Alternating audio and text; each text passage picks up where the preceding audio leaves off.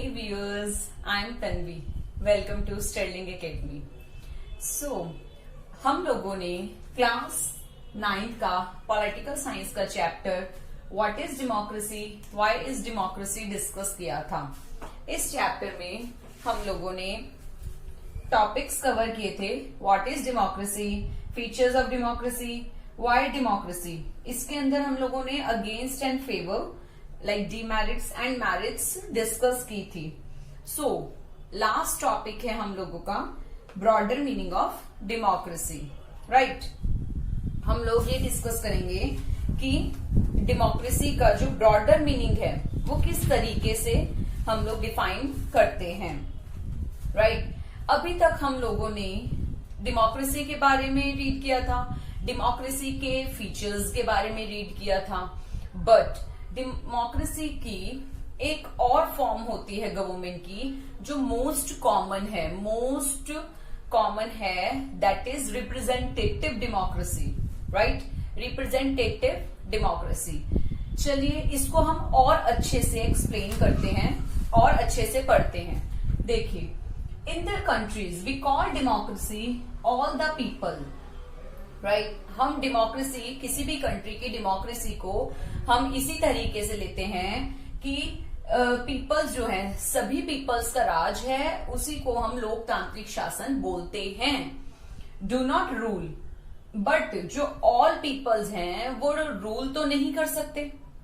मेरी बात समझने की कोशिश कीजिए कि जो लोग हैं, सारे लोग तो राजगद्दी पर नहीं बैठ सकते ना, राइट। तो डेमोक्रेसी लोकतांत्रिक शासन तो है, बट सारे लोग रूल नहीं कर सकते हैं। A majority is allowed to take decisions on behalf of all the people. लोगों के बिहाफ पर, सभी लोगों के बिहाफ पर जो मेजॉरिटी होती है वही डिसीजंस लेती है। उन्हीं लोगों के बिहाफ पर जो मेजॉरिटी है वो डिसीजन लेगी। Even the majority does not rule directly. फिर भी जो मेजॉरिटी बनी है वो डायरेक्टली रूल नहीं करेगी। समझ रहे हैं मेरी बात। मेजॉरिटी हुई, पहले तो लोगों के बिहाफ पर मेजॉरिटी बनी, मेजॉरिटी भी डायरेक्टली रूल नहीं करेगी। The majority of the people rule through their elective representative. उस इलेक्टिव रिप्रेजेंटेटिव जो बना है, मेजॉरिटी ने जिस नेता को चुना है, जो रिप्रेजेंटेटिव खड़ा हुआ था किसी भी डेजिग्नेशन के लिए, वही रूल करेगा, राइट। मैंने अभी आपको इस पूरे मीनिंग का, इस पूरे पैराग्राफ का मीनिंग क्या बताया। मैंने आपसे बोला जो इलेक्टिव रिप्रेजेंटेटिव है वो कैसे चुना जाएगा, मेजॉरिटी से। जो मेजॉरिटी है ये कैसे, ये किसके बिहाफ पे होगी, ये पीपल, सभी लोगों के बिहाफ पर होगी, ठीक है। सारे लोग एक मेजॉरिटी बनाएंगे, मेजॉरिटी जो है एक ही नेता को चुनेगा, एक ही जो हमारा इलेक्टिव रिप्रेजेंटेटिव होगा उसी को वही रूल करेगा। This becomes necessary, right. This becomes necessary because ये जरूरी भी है, रिप्रेजेंटेटिव डेमोक्रेसी का होना जरूरी भी है। क्यों? इसीलिए मॉडर्न डेमोक्रेसी इन्वॉल्व्स, देखें कैसे। Modern democracy involves such a large number of people that it is physically impossible for them to sit together and take a collective decision. जो मॉडर्न डेमोक्रेसी है इसके अंदर, right, large number of people तो हैं और ये possible नहीं है कि वो फिजिकली एक साथ बैठे। समझ रहे हैं मेरी बात, मैं क्या कहना चाहती हूँ। मैं ये बोलना चाहती हूँ कि जो मॉडर्न डेमोक्रेसी है इसके अंदर एक साथ लोग बैठ जाएं, ये पॉसिबल नहीं है। ठीक है कि लार्ज नंबर ऑफ पीपल होते हैं, मेजॉरिटी तभी बनेगी, बट एक साथ एक जगह पर बैठ जाएं ऐसा जरूरी नहीं है और ये पॉसिबल भी नहीं है। एंड टेक कलेक्टिव डिसीजन, और एक जैसा डिसीजन ले लें, राइट, और एक डिसीजन को लेने में वो समर्थ हो। Second point, even if they could, अगर कैसे भी करके वो कर लेते हैं, अगर वो डिसीजन ले भी लेते हैं, the citizen does not have, जो सिटीजन है उनके पास एक तो प्रॉपर टाइम नहीं है, किसी का टाइम किसी के साथ क्लैश होगा, राइट। कोई कहाँ बिजी है, कोई कहाँ बिजी है, किसी का कुछ बिजनेस चल रहा है, किसी का कोई काम चल रहा है। तो जरूरी नहीं है कि सबके पास सिमिलर टाइम हो। द डिजायर और the skills to take part in all the decision, हर किसी के पास उतनी क्या है कि डिजायर, हर किसी की डिजायर भी डिफरेंट है, उतनी कैपेबिलिटी भी नहीं है कि जो डिसीजन है वो ले सके। तो यही चीज है कि अगर वो एक साथ बैठ भी जाते हैं, एक साथ मिल भी जाते हैं, पर जरूरी नहीं है कि सबकी डिजायर सेम हो। आपकी डिजायर डिफरेंट है, मेरी डिजायर डिफरेंट है, राइट। आपकी सोच डिफरेंट है, मेरी सोच डिफरेंट है। तो मेरी डिजायर, मेरे को रोटी नहीं खानी है, राइट, मुझे शॉपिंग करनी है, तो मेरी डिजायर दूसरी है ना। आपकी डिजायर है कि आपको बेसिक नीड चाहिए। तो यही चीज मैंने आपको बताई कि जो डिजायर है और जो स्किल्स हैं, जरूरी नहीं है कि सभी के स्किल्स एक जैसे हो, हम लोग इतने एफिशिएंट हो या हम कैपेबल हो कि हम डिसीजंस, अपने देश के लिए डिसीजन ले सकें, राइट। तो इसके बाद हम ये देखते हैं कि जो डेमोक्रेसी, हम लोग डिफरेंस कर सकते हैं डेमोक्रेसी में और नॉन डेमोक्रेसी में। डेमोक्रेटिक कंट्री में और नॉन डेमोक्रेटिक कंट्री में हम डिफरेंस कर सकते हैं, बट हम डेमोक्रेसी और गुड डेमोक्रेसी में डिफरेंस नहीं कर सकते कि डेमोक्रेटिक कंट्री कैसी है, उसकी सिचुएशन कैसी है, और गुड डेमोक्रेटिक कंट्री कैसी होती है और उसकी सिचुएशन कैसी होती है। तो ये हमें जो डिफरेंस कर पाना बहुत ज्यादा मुश्किल टास्क है। समटाइम्स, कई बार क्या होता है, sometimes we use democracy for organisation. हम लोग ऑर्गेनाइजेशन के लिए यूज करते हैं डेमोक्रेसी को, other than the government. Government के लिए नहीं, हम ऑर्गेनाइजेशन के लिए कई बार हम यूज करते हैं। कैसे करते हैं देखिए, we are a very democratic family, right. Whenever a decision has to be taken, we all sit down and arrive at a consensus. बात समझ रहे हैं? My opinion matters as much as my father. हम लोग एक democratic family के जैसे एक साथ बैठते हैं, हम डेमोक्रेटिक फैमिली बनते हैं, एक साथ बैठते हैं, और जो मेरे फादर की ओपिनियन है वही मेरी ओपिनियन होती है, राइट। इस तरीके से एक और एग्जाम्पल लेके चलते हैं। I don't like teachers who don't allow students to speak and ask question in the class. मुझे वो टीचर्स नहीं पसंद बिल्कुल भी जो टीचर्स स्टूडेंट्स को क्वेश्चन पुट करने के लिए या उनको बोलने की आजादी नहीं देती क्लासरूम के अंदर। I would like to have teachers with democratic temperament. वो टीचर्स बढ़िया हैं जो डेमोक्रेटिक शासन अपनाती है या जिन्होंने अपनी क्लास के अंदर डेमोक्रेसी कर रखी है। हर किसी को बोलने का अधिकार है। वन लीडर, नेक्स्ट है, one leader and his family members decide everything in his party. जो लीडर हैं वो क्या करते हैं, हर एक चीज अपनी पार्टी से डिसाइड करके ही डिसीजन लेते हैं। हर एक अपनी पार्टी से डिसाइड करते हैं तभी डिसीजन लेते हैं। तो क्या हम कह सकते हैं इस चीज को कि डेमोक्रेसी है या नॉन डेमोक्रेसी है?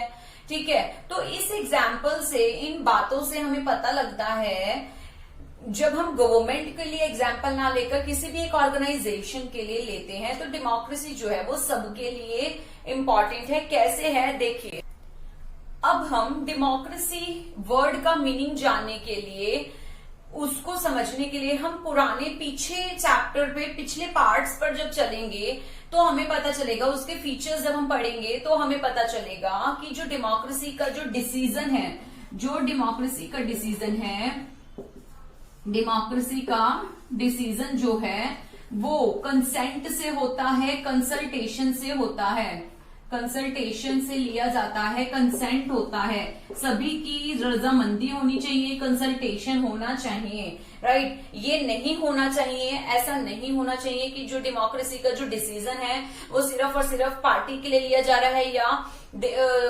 जो किस लोग हैं जो हमारे, जिन्होंने हमें चुना है, मेजॉरिटी जिनके है, सिर्फ उन्हीं के लिए लिया जा रहा है, ऐसा नहीं होना चाहिए।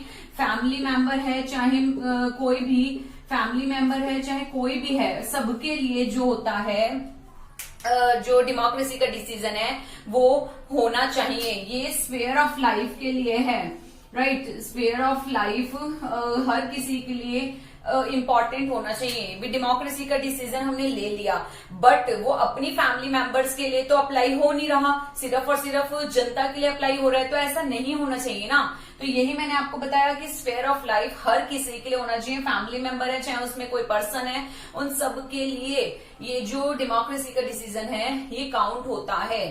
अगर हम इसको देखते हैं कि डेमोक्रेसी का जो डिसीजन है, अगर हम डेमोक्रेसी एक्चुअली डेमोक्रेसी उसके फीचर्स सब चीज को अगर हम अप्लाई कराते हैं तो no country in the world has democracy.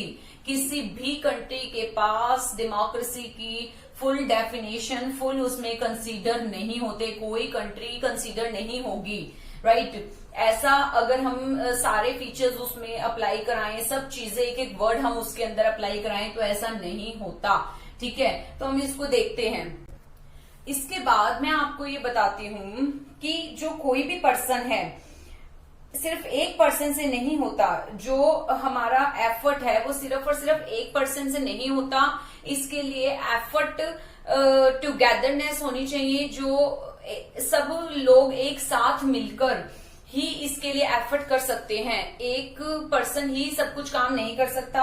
जो डेमोक्रेटिक कंट्री की स्ट्रेंथ है वो एफर्ट से ही होगा, राइट। हम लोग ये नहीं देखेंगे कि जो किस कंट्री की डेमोक्रेसी कैसी है, हम लोग ये नहीं देखेंगे कि एक सिटीजन होने के नाते हमारा भी कुछ हमारा भी फर्ज है कि हम ये नहीं देखेंगे कि किसी भी कंट्री की डेमोक्रेसी कैसी है, या वहां डेमोक्रेसी ज्यादा है या इस कंट्री की डेमोक्रेसी कम है, राइट। हम ये नहीं देखेंगे कि इस कंट्री की स्ट्रेंथन क्या है और इस कंट्री की वीकनेसेस क्या है। हम ये सब चीजें नहीं देखेंगे। कंट्री और किसी भी कंट्री की जो फेट है, जो किस्मत है, वो सिर्फ और सिर्फ इसी चीज पे डिपेंड नहीं करती कि what the rulers do. Rulers जो है हमारे क्या कर रहे हैं। कभी भी जो हमारी कंट्री की किस्मत है, कंट्री की फेट है, जो हर बार इसी चीज पर डिपेंड नहीं रहती कि रूलर्स क्या कर रहे हैं, but mainly on what we as citizens do. हम सिटीजन होने के नाते हम क्या कर रहे हैं, ये भी बात बहुत ज्यादा इंपॉर्टेंट है। हम सिर्फ यही नहीं देखेंगे कि हमारा नेता ऐसा हो, हम ये भी देखेंगे कि हम एज अ सिटीजन्स कैसे हो, राइट। तो ये मेन बात इसके अंदर आ जाती है। डेमोक्रेसी को हम डिफाइन जितना मर्जी कर लें, हम जितना मर्जी खींच लें, बट ये सिर्फ सिंगल पर्सन से नहीं होगा। अपनी कंट्री की यूनिटी को बनाए रखने के लिए हम सबको एफर्ट करना पड़ेगा, ठीक। तो इसमें मैं आपको ये भी बताना चाहती हूँ कि यही डिफरेंस आ जाता है डेमोक्रेटिक कंट्री में, डेमोक्रेसी में, मोनार्की सिस्टम में और नॉन डेमोक्रेटिक कंट्री में, ठीक। तो मैं आपको इसको किस तरीके से बताऊंगी, तीनों वर्ड्स को मैंने आपको पहले भी डिफाइन करा हुआ है कि जो डिफरेंस आ जाता है डेमोक्रेसी के अंदर, डिक्टेटरशिप के अंदर और मोनार्की, डिक्टेटरशिप के अंदर और मोनार्की सिस्टम के अंदर। तो ये जो है तीनों में डिफरेंस कैसे पता लगेगा। जो डिक्टेटरशिप है, यहाँ पर सिंगल पर्सन का राज होता है, वो सिंगल पर्सन ही रूल करता है। मोनार्की में जो राजा है, राजा के अकॉर्डिंग ही चलेगा। और मोनार्की में डेमोक्रेसी के अंदर लोगों का, पीपल के द्वारा ही इलेक्टेड रिप्रेजेंटेटिव चुना जाता है। जैसा डेमोक्रेसी के अंदर हो रहा है वैसा डिक्टेटरशिप और मोनार्की में नहीं होता। जो गवर्नमेंट है ये सिटीजन को, किसी भी नॉर्मल सिटीजन को गवर्नमेंट का पार्ट या नहीं बनने दे सकती। ये जो डिक्टेटरशिप और मोनार्की है इसमें जो गवर्नमेंट का पार्ट नहीं बन सकता कोई भी नॉर्मल पर्सन है। बट जो डेमोक्रेसी है, डेमोक्रेसी के अंदर कोई भी जो पर्सन है जिसके अंदर एबिलिटी है, जो अच्छा लीडर है, वो बिल्कुल गवर्नमेंट का पार्ट बन सकता है। That is why the study of a democratic must focus on democratic politics. इसी वजह से जो डेमोक्रेटिक जो कंट्री का मेन फोकस किसके ऊपर होता है, जो डेमोक्रेसी पॉलिटिक्स होती है, जो लीडर्स होते हैं, उन्हीं के ऊपर किया जाता है। सो व्यूअर्स, आज हम लोगों ने लास्ट टॉपिक रीड किया था, ब्रॉडर मीनिंग ऑफ डेमोक्रेसी इतना सब कुछ नहीं हर चीज अप्लाई होती जितनी की पढ़ाई जाती है, जितनी की हम पढ़ते हैं, राइट। प्रैक्टिकल चीजें कुछ डिफरेंट ही होती हैं। तो यही चीजें मैंने आप लोगों को बताई। आज के लिए इतना ही। अगर आपको इसके पहले पार्ट्स भी देखने हैं तो प्लीज मेरे डिस्क्रिप्शन बॉक्स में मैंने लिंक वहां पर लिख रखा है, वहां लिंक मैंने डाल रखा है। आप उसको प्रेस करके वहां पर क्लिक करके आप इसके मेरे जो पहले पार्ट्स हैं वो भी देख सकते हैं। सो व्यूअर्स, आज के लिए इतना ही। मेरे चैनल को लाइक करें, शेयर करें, सब्सक्राइब करें। Thank you.